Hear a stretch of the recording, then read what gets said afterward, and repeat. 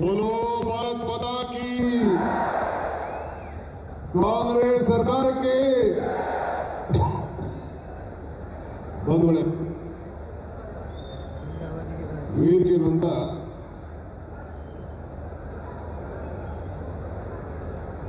ನಮ್ಮ ನಾಯಕರಾದಂತಹ ಸಿದ್ದರಾಮಯ್ಯ ಸಾಹೇಬ್ರೆ, ಹಿರಿಯ ಸಚಿವರಾದಂಥ ಬೋಸರಾಜ್ ಅವರೇ, ಮಾಜಿ ಕಾಂಗ್ರೆಸ್ ಪಕ್ಷದ ಅಧ್ಯಕ್ಷರಾದಂಥ ಅಲ್ಲಂ ವೀರಭದ್ರಪ್ಪನವರೇ, ಸತೀಶ್ ಜಾರಕಿಹೊಳಿ ಅವರೇ, ಜಮೀರ್ ಅಹಮದ್ ಖಾನ್ ಅವರೇ, ನಿಮ್ಮೆಲ್ಲರ ಅಚ್ಚುಮೆಚ್ಚಿನ ಶಾಸಕರಂತ ಶ್ರೀನಿವಾಸ್ ಅವರೇ, ನಿಮ್ಮೆಲ್ಲರ ಅಚ್ಚುಮೆಚ್ಚಿನ ಸಂಸತ್ ಸದಸ್ಯರಂತ ತುಕಾರಾಮ್ ಅವರೇ, ಗೋಪಾಲಕೃಷ್ಣ ಅವರೇ, ಲತಾ ಮಲ್ಲಿಕಾರ್ಜುನ್ ಅವರೇ, ದೇವೇಂದ್ರಪ್ಪನವರೇ, ಬಿ ಎನ್ ನಾಗರಾಜ್ ಅವರೇ, ಬಸಂತಪ್ಪನವರೇ, ರಘುಮೂರ್ತಿ ಅವರೇ, ಇನ್ನ ವೇದಿಕೆಯಿರೋದು ಎಲ್ಲ ಗಣ್ಯರೇ, ಆಂಜನೇಯ ಅವರೇ, ಇನ್ನು ಎಲ್ಲ ಅಧಿಕಾರಿ ಮಿತ್ರರೇ, ಮಾಧ್ಯಮ ಮಿತ್ರರೇ, ಸಾವಿರಾರು ಸಂಖ್ಯೆಯಲ್ಲಿ ಇಲ್ಲಿ ಆಗಮಿಸತಕ್ಕಂಥ ಎಲ್ಲ ಬಂಧು ಭಗಿನಿಯರು, ನಾನು ಇಲ್ಲಿಗೆ ನಾಗೇಂದ್ರರವರಿಗೆ ಅಭಿನಂದನೆ ಸಲ್ಲಿಸಲಿಕ್ಕೆ ನಾನು ಇಲ್ಲಿಗೆ ಬರಲಿಲ್ಲ. ಒಬ್ಬ ಉತ್ತಮವಾದಂತಹ ಶಾಸಕರನ್ನ ತಾವು ಪಡೆಯುವಂತ ಭಾಗ್ಯ ಸಿಕ್ಕಿದೆಯಲ್ಲ, ಈ ಮತದಾರರ ಅಭಿನಂದಿಸಲಿಕ್ಕೋಸ್ಕರ ನಾನು ಬಂದಿದ್ದೇನೆ. ಯಾರೇ ಒಬ್ಬ ಡಾಕ್ಟರ್ ಆಗಿ ವೃತ್ತಿ ಆಯ್ಕೆ ಮಾಡ್ಕೋಬೇಕಾದ್ರೆ ಸೇವೆಯನ್ನ ಗಮನದಲ್ಲಿ ಇಟ್ಕೊಂಡು ಆಯ್ಕೆ ಮಾಡ್ತಾರೆ. ನಾನು ಎನ್ ಟಿ ಬೊಮ್ಮಣ್ಣವರು ಇಬ್ಬರು ಕೂಡ ಬಂಗಾರಪ್ಪನವರ ಶಿಷ್ಯರು, ನಾವಿಬ್ರು ಕೂಡ ಇಬ್ಬರು ಜೊತೆ ರಾಜಕಾರಣವನ್ನು ಮಾಡ್ಕೊಂಡು ಬಂದವರು. ಇವತ್ತೇನು ಈ ಕಾರ್ಯಕ್ರಮವನ್ನ ಕೆರೆ ತುಂಬಿಸುವಂತ ಕಾರ್ಯಕ್ರಮಕ್ಕೆ ಬಂದಿದ್ದೇನೆ. ನಾನು ಉಗ್ರಪ್ಪನವರು ಇಲ್ಲಿ ಲೋಕಸಭಾ ಎಲೆಕ್ಷನ್ಗೆ ಜವಾಬ್ದಾರಿ ತೆಗೆದುಕೊಂಡು ಬಂದಾಗ ಎನ್ ಟಿ ಬೊಮ್ಮಣ್ಣವರು ಈ 74 ಕೆರೆಗಳ ತುಂಬುವಂತ ವಿಚಾರವನ್ನು ನನ್ನ ಮುಂದೆ ಪ್ರಸ್ತಾವನೆ ಮಾಡಿದ್ರು. ಮಾಜಿ ಶಾಸಕರಾಗಿದ್ದು ನಮ್ಮ ಸಂಯುಕ್ತ ಸರ್ಕಾರ ಒಂದು ಕಾಲದಲ್ಲಿ ಇತ್ತು. ಆಗ ಹೇಳಿದ್ದೆ, ನೀನು ಸ್ವಂತಕ್ಕೆ ಏನು ಕೇಳ್ತಾ ಇಲ್ಲ ಬೊಮ್ಮಣ್ಣ, ನನ್ನ ಸ್ನೇಹಿತ ಇದ್ದೆ, ನಾನು ಕೆಲಸ ಮಾಡ್ತೀನಿ ಅಂತೇಳಿ ಅವತ್ತು ಮಾತು ಕೊಟ್ಟೆ. ಅದಾದ್ಮೇಲೆ ತೀರ್ಮಾನ ಮಾಡಿದೆ. ಬಿಜೆಪಿ ಸರ್ಕಾರದಲ್ಲಿ ಕೆಲಸ ಪ್ರಾರಂಭ ಆಯಿತು. ಇವತ್ತು ಅವರ ಸುಪುತ್ರ ನಿಮ್ಮ ಜನಪ್ರಿಯ ಶಾಸಕರು, ಬಹಳ ಉತ್ತಮವಾದ ಶಾಸಕರು, ಅವರ ಕಾಲದಲ್ಲಿ ಈ ತುಂಗಾ ನದಿ, ಆ ತುಂಗಿ ನೀರು ಸುಮಾರು 1,76,000 ಜನರಿಗೆ ಅನುಕೂಲ ಆಗುವ ರೀತಿಯಲ್ಲಿ ಸುಮಾರು ಎಲ್ಲ ಕೆರೆಗಳು ಇವತ್ತು ತುಂಬಿದೆ. ಸೊ ಅದಕ್ಕೆ ನಿಮ್ಮೆಲ್ಲರೂ ಕೂಡ ಇಂಥ ಶಾಸಕರನ್ನು ಆಯ್ಕೆ ಮಾಡೋದಕ್ಕೆ ನಾನು ವೈಯಕ್ತಿಕವಾಗಿ ಕಾಂಗ್ರೆಸ್ ಪಕ್ಷದ ಪರವಾಗಿ 1 ಕೋಟಿ ನಮಸ್ಕಾರಗಳನ್ನು ಅರ್ಪಿಸಕ್ಕೆ ನಾನು ಬಯಸ್ತಾ ಇದ್ದೇನೆ. ಇದಲ್ಲದೆ ಕಳೆದ ಲೋಕಸಭಾ ಚುನಾವಣೆಯಲ್ಲಿ ಕೂಡ ತಾವು ನಮ್ಮ ತುಕಾರಾಮರನ್ನ ಆಯ್ಕೆ ಮಾಡಿ ಅತಿ ಹೆಚ್ಚು ಮತದಿಂದ ಗೆಲ್ಲಿಸಿ ನಮಗೆ ಶಕ್ತಿಯನ್ನ ತುಂಬಿದ್ದೀರಿ. ನಿಮಗೂ ಕೂಡ ಈ ಸಂದರ್ಭದಲ್ಲಿ ಮತ್ತೊಮ್ಮೆ ಅವ್ರಿಗೆ ನಿಮ್ಮೆಲ್ಲರೂ ಕೂಡ ನಾನು ಬಹಳ ಅಮಾನಿಯಾಗಿದ್ದೇನೆ. ಬಂಧುಗಳೇ, ಒಂದು ಕ್ಷೇತ್ರದಲ್ಲಿ ಅಭಿವೃದ್ಧಿ ಮಾಡೋದು ಒಬ್ಬ ವ್ಯಕ್ತಿಗೆ ಇಲ್ಲ, ನೀವೆಲ್ಲ ಜನರು ಸಹಕಾರ ಕೊಟ್ಟಾಗ ಮಾತ್ರ ಸಾಧ್ಯ. ಇವತ್ತು ನಮ್ಮ ಎನ್ ಟಿ ಶ್ರೀನಿವಾಸ್ ಅವರು ಜನರ ಬಳಿ ಇಟ್ಕೊಂಡು ಜನರ ಸೇವೆಯನ್ನು ಮಾಡಿಕೊಂಡು ಈ ಕೆಲಸವನ್ನು ಮಾಡ್ತಾ ಇದ್ದಾರೆ. ತುಂಗಭದ್ರಾ ನದಿ ನೀರು ಇವತ್ತು ಮೇಲಕ್ಕೆ ತಂದಿದ್ದೇವೆ. ಗಂಗಾ ಸ್ನಾನ ತುಂಗಾ ಪಾನ ಅನ್ನೋ ಒಂದು ಮಾತು ಹಿರಿಯರು ಎಲ್ಲ ಹೇಳಿದ್ದಾರೆ. ಗಂಗಾ ನೀರು ಸ್ನಾನಕ್ಕೆ ಬಹಳ ಪವಿತ್ರ, ತುಂಗಾ ನೀರು ಕುಡಿಯಲಿಕ್ಕೆ ಪವಿತ್ರ ಅಂತೇಳಿ ಬೋಸರಾಜ್ ಅವರು ಮತ್ತು ನಮ್ಮ ಎಲ್ಲ ಈ ಒಂದು ಬಳ್ಳಾರಿ ವಿಜಯನಗರದ ಶಾಸಕರು ಮತ್ತು ಕೊಪ್ಪಳದ ಶಾಸಕರು, ರಾಯಚೂರು ಶಾಸಕರು ಬಹಳ ಹೋರಾಟವನ್ನು ಮಾಡ್ತಾ ಇದ್ದಾರೆ. ಈ ಒಂದು ತುಂಗಾ ಏನು ಈ ಡ್ಯಾಮ್ ಇದೆ, ಇದನ್ನ ನಾವೆಲ್ಲ ಉಳಿಸ್ಕೊಳ್ಬೇಕು ಅಂತೇಳಿ ಈಗಾಗಲೇ ಎಲ್ಲ ಗೇಟ್ಗಳನ್ನ ಹೊಸದಾಗಿ ಅಳವಡಿಸಬೇಕು ಅಂತೇಳಿ ನಾವು ಪ್ರಯತ್ನವನ್ನ ಮಾಡಿ ಈಗಾಗಲೇ ಆರ್ಡರ್ ಅನ್ನು ಕೊಟ್ಟಿದ್ದೇವೆ. ಆ ಕೆಲಸ ಕೂಡ ನಡೀತಾ ಇದೆ. 2ನೇ ಬೆಳೆ ವಿಚಾರ ಕೆಲವರು ರಾಜಕಾರಣ ಮಾಡ್ತಾ ಇದ್ದಾರೆ. ನನ್ಗೇನು ಬೆಳೆಗೆ ನೀರು ಕೊಡಬಾರದು ಅಂತಿಲ್ಲ, ಆದರೆ ಡ್ಯಾಮ್ ಮುಖ್ಯನೋ ಬೆಳೆ ಮುಖ್ಯನೋ ಅನ್ನೋದನ್ನ ಈ ಸಂದರ್ಭದಲ್ಲಿ ಎಲ್ಲ ರೈತರುಗಳು ತೀರ್ಮಾನವನ್ನು ಮಾಡಬೇಕು. ಯಾರ ಒತ್ತಡಕ್ಕೂ ಕೂಡ ನೀವು ಯಾರು ಕೂಡ ಮಣಿಬಾರದು. ನಮ್ಮ ಕಮಿಟಿ ಇದೆ. ಕೇಂದ್ರ ಸರ್ಕಾರ ರಚನೆ ಮಾಡುವಂತ 2 ರಾಜ್ಯಗಳನ್ನು ಸೇರಿ ಏನು ತೀರ್ಮಾನ ಇದೆ ಆ ಒಂದು ಸಮಿತಿ ಆ ನೀರಿನ ವಿಚಾರದಲ್ಲಿ ಬೆಳೆ ಕೊಡುವಂತ ವಿಚಾರದಲ್ಲಿ ತೀರ್ಮಾನವನ್ನು ಕೊಡ್ತದೆ ಅನ್ನೋ ಮಾತನ್ನ ಈ ಸಂದರ್ಭದಲ್ಲಿ ಹೇಳಲಿಕ್ಕೆ ನಾನು ಬಯಸ್ತಾ ಇದ್ದೇನೆ. ಇನ್ನೊಂದು ಬಹಳ ಪ್ರಮುಖವಾದ ವಿಚಾರ, ಇಲ್ಲಿ 800 ಹೆಚ್ಚು ಕೋಟಿ ರೂಪಾಯಿ ಈಗಾಗಲೇ ಈ ಯೋಜನೆಗೆ ಹಾಗೆ ಹಣ ಬಂದಿದೆ. ಈಗಾಗಲೇ ಎಲ್ಲ ಕೆರೆಗಳನ್ನು ತುಂಬಿಸುವಂತ ಕೆಲಸ ಮಾಡಿದ್ದೇವೆ. ವರ್ಷಕ್ಕೆ 80 ಕೋಟಿ ರೂಪಾಯಿ ವಿದ್ಯುತ್ 80 ಲಕ್ಷ ವಿದ್ಯುತ್ ಶಕ್ತಿ ಬಿಲ್ಲು ಬರ್ತದೆ. ಯಾರು ಕಟ್ಟೋರು? ಇದೊಂದು ದೊಡ್ಡ ಪ್ರಶ್ನೆ ಆಗಿದೆ. ಇದು ತುಂಬಬೇಕಾದ್ರೆ ಸರ್ಕಾರ ಯಾವಾಗಲೂ ಕೂಡ ತುಂಬಿಸಲಿಕ್ಕೆ ಸಾಧ್ಯ ಇಲ್ಲ. ಎಲ್ಲ 1 ವರ್ಷ 2 ವರ್ಷ ತುಂಬಿಸ್ಬೋದು. ಆದರೆ ನಾನು ND ಶ್ರೀನಿವಾಸ್ ಹೇಳಿದ್ದೇನೆ, ಎಲ್ಲ ಕೆರೆಗಳು ಮುಂದಕ್ಕೆ ಹರಾಜು ಆಗಬೇಕು.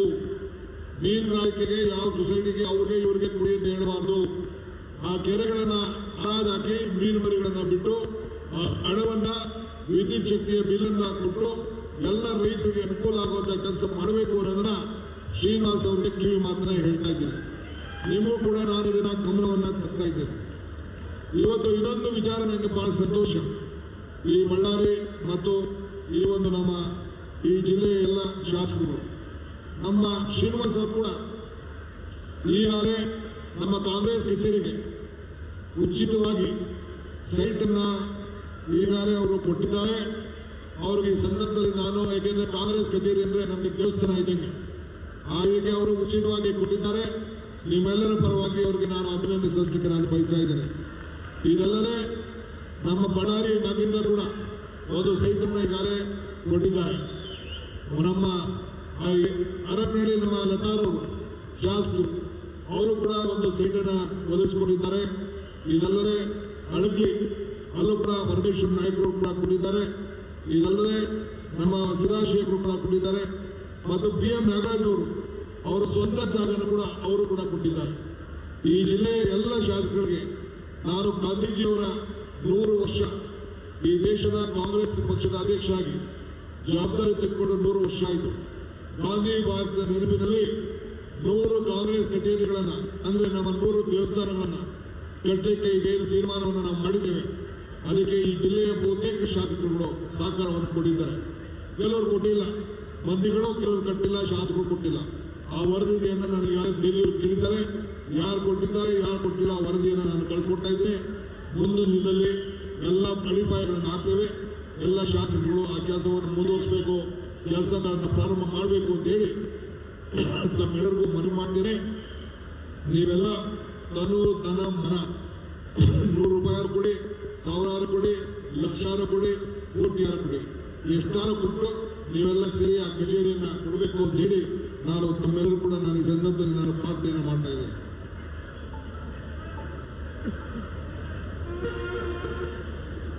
ಬಂಧುಗಳೇ, ಬಹಳ ದೊಡ್ಡ ಸಂಖ್ಯೆಯಲ್ಲಿ ಇವತ್ತು ನಾವು ಈ ಕಾರ್ಯಕ್ರಮವನ್ನು ಮಾಡಿದ್ದೀವಿ. ಇಡೀ ಸರ್ಕಾರ ಇಲ್ಲಿಗೆ ಬಂದಿದೆ. ಉದ್ದೇಶ ಇಡೀ ರಾಜ್ಯದ ಸರ್ಕಾರ ನಿಮ್ಮ ಜಿಲ್ಲೆಯ ಎಲ್ಲ ಶಾಸಕರ ಜೊತೆಗೆ ಶ್ರೀನಿವಾಸ್ ಜೊತೆಯಲ್ಲಿ ಇದೆ ಅನ್ನೋ ಒಂದು ಸಂದೇಶವನ್ನು ಕಳಿಸೋಕ್ಕೋಸ್ಕರ ನಾವು ಇಲ್ಲಿಗೆ ನಾವು ಬಂದಿದ್ದೇವೆ. ಇವತ್ತು ನಿಮ್ಮ ನಾವು ಜೀವನದಲ್ಲಿ ಸಾಧನೆಯನ್ನ ಮಾಡಬೇಕಾದ್ರೆ ಮೊದಲು ಏನಪ್ಪಾ ಅಂದ್ರೆ 2 ವಿಚಾರವನ್ನು ನಾವೆಲ್ಲ ಆಲಿಸಬೇಕು. ಒಂದು, ನಮಗೆ ಬರುವಂತ ಟೀಕೆಗಳನ್ನು ನಾವೆಲ್ಲ ಮುರಿಬೇಕು ಮತ್ತು ಆತ್ಮವಿಶ್ವಾಸವನ್ನು ಬೆಳೆಸ್ಕೊಳ್ಬೇಕು. ಇದೇ ನಮ್ಮ ಸರ್ಕಾರದ ಒಂದು ಗುರಿ. ಟೀಕೆಗಳು ಸಾಯ್ತವೆ, ನಮ್ಮ ಕೆಲಸಗಳು ಉಳಿತವೆ. ಇವತ್ತು ಏನು ಇಲ್ಲಿ 100 ಅಡಿಪಾಯಗಳನ್ನು ಇವತ್ತು ಏನು ನಾವು ಹಾಕಿದ್ದೇವೆ, ಇವೆಲ್ಲ ಶಾಶ್ವತವಾಗಿ ನಿಮ್ಮ ಬದುಕಿಗೋಸ್ಕರ ಬದಲಾವಣೆಯನ್ನು ಮಾಡಲಿಕ್ಕೆ ಇಂಥ ಕಾರ್ಯಕ್ರಮವನ್ನು ಇವತ್ತು ನಾವೆಲ್ಲ ರೂಪಿಸಿದ್ದೇವೆ. ನಾನು ಎಲೆಕ್ಷನ್ ಬಂದಾಗ ಈ ಜಿಲ್ಲೆಯಲ್ಲಿ ಒಂದು ಮಾತು ಹೇಳಿದೆ, ಕಮಲ ಕೆರೆಯಲ್ಲಿದ್ದರೆ ಚೆಂದ, ತೆನೆ ಹೊಲದಲ್ಲಿದ್ದರೆ ಚೆಂದ, ಈ ದಾನ ಧರ್ಮ ಮಾಡುವ ಕೈ ಅಧಿಕಾರದಲ್ಲಿದ್ದರೆ ಮಾತ್ರ ಚೆಂದ ಅಂತ ಒಂದು ಮಾತನ್ನು ಹೇಳಿದ್ದೆ. ಈ ದಾನ ಧರ್ಮ ಮಾಡುವ ಕೈ ಅಧಿಕಾರ ಇದ್ದಕ್ಕೆ ಈ ಹಸ್ತ ವಿರೋಧ ಪಕ್ಷದವರ ಬಾಯನ್ನು ಮುಚ್ಚಿದೆ, ಈ ಹಸ್ತ ರೈತರನ್ನ ಬೆಳೆಸಿದೆ, ಈ ಹಸ್ತ ಮಹಿಳೆಯರ ಕಷ್ಟಕ್ಕೆ ಆಗಿದೆ, ಈ ಹಸ್ತ ಬೆಲೆ ಏರಿಕೆಯನ್ನು ನಿಯಂತ್ರಣ ಮಾಡಿದೆ, ಈ ಹಸ್ತ ಬಡವರಿಗೆ ಹಣವನ್ನು ಒದಗಿಸಿದೆ, ಈ ಹಸ್ತ 5 ಗ್ಯಾರಂಟಿಗಳನ್ನ ಕೊಟ್ಟಿದೆ. ಈ 5 ಗ್ಯಾರಂಟಿ ಸೇರಿ ಈ ಕೈ ಗಟ್ಟಿ ಮಾಡಿದೆ. ಇದನ್ನ ನಾವೆಲ್ಲ ಗಮನದಲ್ಲಿ ಕೊಡ್ಬೇಕು. ನಿಮ್ಮ ಕೈಯನ್ನ ನಾವು ಬಲಪಡಿಸುವಂತ ಕೆಲಸವನ್ನು ಇವತ್ತು ನಾವು ಮಾಡಿದ್ದೇವೆ. ಈ ಒಂದು ಈಗಾಗಲೇ 5 ಗ್ಯಾರಂಟಿಗೆ 1 ಲಕ್ಷ ಕೋಟಿ ರೂಪಾಯಿ ಹಣವನ್ನು ಎಲ್ಲರಿಗೂ ಕೂಡ ಮನೆ ಬಾಗಿಲಿಗೆ ಕೊಟ್ಟಿದ್ದೇವೆ. ವಿದ್ಯುತ್ ಶಕ್ತಿ ವಿಚಾರದಲ್ಲಿ ವರ್ಷಕ್ಕೆ 20,000 ಕೋಟಿ ರೂಪಾಯಿ ಹಣವನ್ನು ಕೊಡ್ತಾ ಇದ್ದೇವೆ. ಓಲ್ಡ್ ಪೆನ್ಷನ್ಗೆ 9,000 ಕೋಟಿ ರೂಪಾಯಿನ ಹಣವನ್ನು ನಾವು ಕೊಡ್ತಾ ಇದ್ದೇವೆ. ಸುಮಾರು ಒಟ್ಟು 1 ಲಕ್ಷ ಕೋಟಿ ರೂಪಾಯಿ ವರ್ಷಕ್ಕೆ ವಿವಿಧ ರೀತಿಯಲ್ಲಿ SC/TSP ಇರ್ಬೋದು, ಬೇರೆ ಬೇರೆ ಯೋಜನೆ ಇರ್ಬೋದು, ಇದಕ್ಕೆಲ್ಲ ಸೇರಿ 1 ಲಕ್ಷ ಕೋಟಿ ರೂಪಾಯಿನ ಬಡವರ ಕಲ್ಯಾಣಕ್ಕೋಸ್ಕರ ಕೊಡ್ತಾ ಇದ್ದೇವೆ. ಯಾವ ಬಿಜೆಪಿ ಸರ್ಕಾರ ಇಂಥ ಕಾರ್ಯಕ್ರಮವನ್ನು ಯಾವ ಕಾಲದಲ್ಲೂ ಮಾಡೋಕ್ಕಾಗಲಿಲ್ಲ. ನಮಗೆ ಆತ್ಮವಿಶ್ವಾಸ ಇದೆ.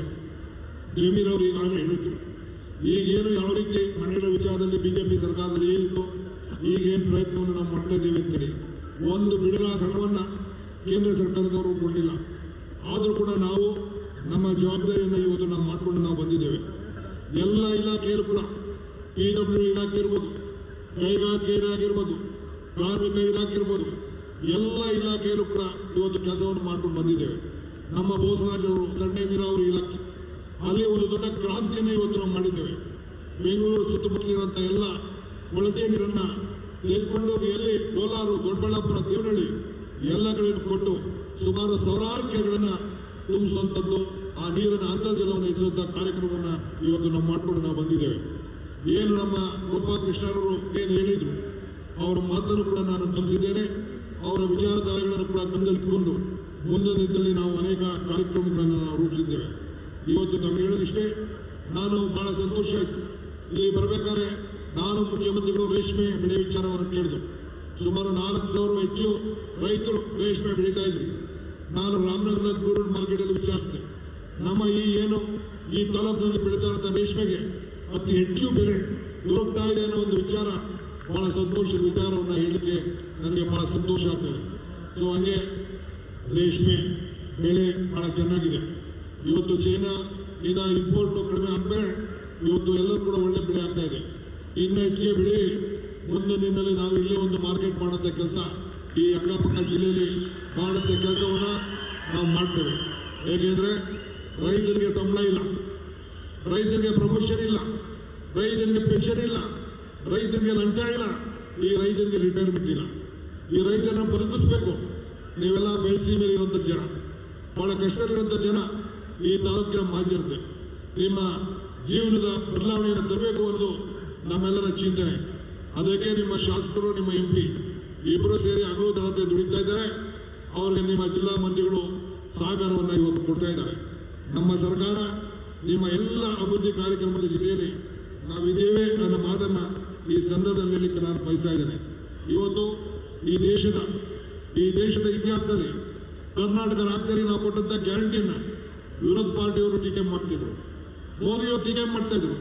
ಈಗ ನೀವು ಯಾವುದೇ ಸರ್ಕಾರ ತೆಗೆದುಕೊಳ್ಳಿ, ಹರಿಯಾಣಕ್ಕೆ ಹೋಗಿ, ಮಹಾರಾಷ್ಟ್ರಕ್ಕೆ ಹೋಗಿ, ಬೇರೆ ಉತ್ತರ ಪ್ರದೇಶಕ್ಕೆ ಹೋಗಿ, ಬೇರೆ ಯಾವುದೇ ರಾಜ್ಯ ಬಿಹಾರ್ಗೆ ಹೋಗಿ, ಎಲ್ಲ ರಾಜ್ಯಗಳಿಗೆ ಹೋಗಿ ಕಾಂಗ್ರೆಸ್ ಕೊಟ್ಟಂತ ಗ್ಯಾರಂಟಿನ ಕಾಪಿ ಮಾಡಿಕೊಂಡು ಇವತ್ತು ಅವರು ಗ್ಯಾರಂಟಿನ ಕೊಟ್ಟು ಜನರ ಬದುಕಿನ ಬಗ್ಗೆ ಚಿಂತೆಯನ್ನು ಮಾಡ್ತಾ ಇದ್ದಾರೆ. ಹಂಗೆ ನಮ್ಮ ಕರ್ನಾಟಕ ರಾಜ್ಯ ಸರ್ಕಾರ, ಕಾಂಗ್ರೆಸ್ ಪಕ್ಷ ಈ ದೇಶಕ್ಕೆ ಮಾದರಿ ಅನ್ನೋ ಮಾತನ್ನ ಈ ಸಂದರ್ಭದಲ್ಲಿ ಹೇಳಲಿಕ್ಕೆ ನಾನು ಬಯಸ್ತಾ ಇದ್ದೇನೆ. ಬಂಧುಗಳೇ, ತಾವೆಲ್ಲ ಚಿಂತೆ ಮಾಡೋದು ಬೇಡ. ಒಂದು ಉತ್ತಮವಾದಂಥ ಸರ್ಕಾರ ನಿಮ್ಮ ಸೇವೆಯನ್ನು ಮಾಡ್ಕೊಂಡು ಬರ್ತಾ ಇದೆ. ಮುಂದಿನ ದಿನದಲ್ಲಿ ಇದಕ್ಕಿಂತ ಉತ್ತಮವಾದಂಥ ಆಡಳಿತವನ್ನು ನಾವು ಎಲ್ಲ ಥರದಲ್ಲೂ ಕೂಡ ಕೊಟ್ಕೊಂಡು ನಾವು ಬರ್ತಾ ಇದ್ದೇವೆ. 2028ರಲ್ಲಿ ಮತ್ತೆ ನಿಮ್ಮ ಸರ್ಕಾರ ಈ ರಾಜ್ಯದ ಅಧಿಕಾರಕ್ಕೆ ಬಂದು ನಿಮ್ಮ ಹಸ್ತದ ಸರ್ಕಾರ ನಿಮ್ಮ ಕೈಯನ್ನು ಬಲಪಡಿಸಿದೆ ಅನ್ನೋ ಮಾತನ್ನು ಈ ಸಂದರ್ಭದಲ್ಲಿ ಹೇಳಿ, ಇವತ್ತು ನಿಮ್ಮ ಈ ಭೂಮಿ ಒಡೆತನ, ನೀರು ಇವೆಲ್ಲ ಕೂಡ 6ನೇ ಗ್ಯಾರಂಟಿ 7ನೇ ಗ್ಯಾರಂಟಿಯಾಗಿ ಇವತ್ತು ನಾವು ಸೇವೆಯನ್ನು ನಾವು ಮಾಡ್ಕೊಂಡು ಬರ್ತಾ ಇದ್ದೇವೆ. ಇದಕ್ಕೆ ನಿಮ್ಮೆಲ್ಲರ ಸಹಕಾರ ಇದೆ. ಎಲ್ಲ ಶಾಸಕರು ಕೂಡ ಉತ್ತಮವಾಗಿ ಜಿಲ್ಲೆಯಲ್ಲಿ ಕೆಲಸ ಮಾಡ್ತಾ ಇದ್ದಾರೆ. ಅವರೆಲ್ಲ ಕೂಡ ಅಭಿನಂದನೆ ಸಲ್ಲಿಸಿ ಕೊನೆಗೆ ಮುಖ್ಯಮಂತ್ರಿಗಳು ಮಾತಾಡ್ತಾರೆ. ವಿಶೇಷವಾಗಿ ND ಶ್ರೀನಿವಾಸ್ ಅವರ ಕೈಯನ್ನು ಬಲಪಡಿಸಬೇಕು. ಎಲ್ಲ ಕಾರ್ಯಕರ್ತರು ಉತ್ತಮವಾಗಿ ದುಡಿದಿದ್ದೀರಿ. ಈ ಕಾರ್ಯಕ್ರಮ ಇಷ್ಟು ಯಶಸ್ವಿ ಆಗಿದ್ದಾರೆ.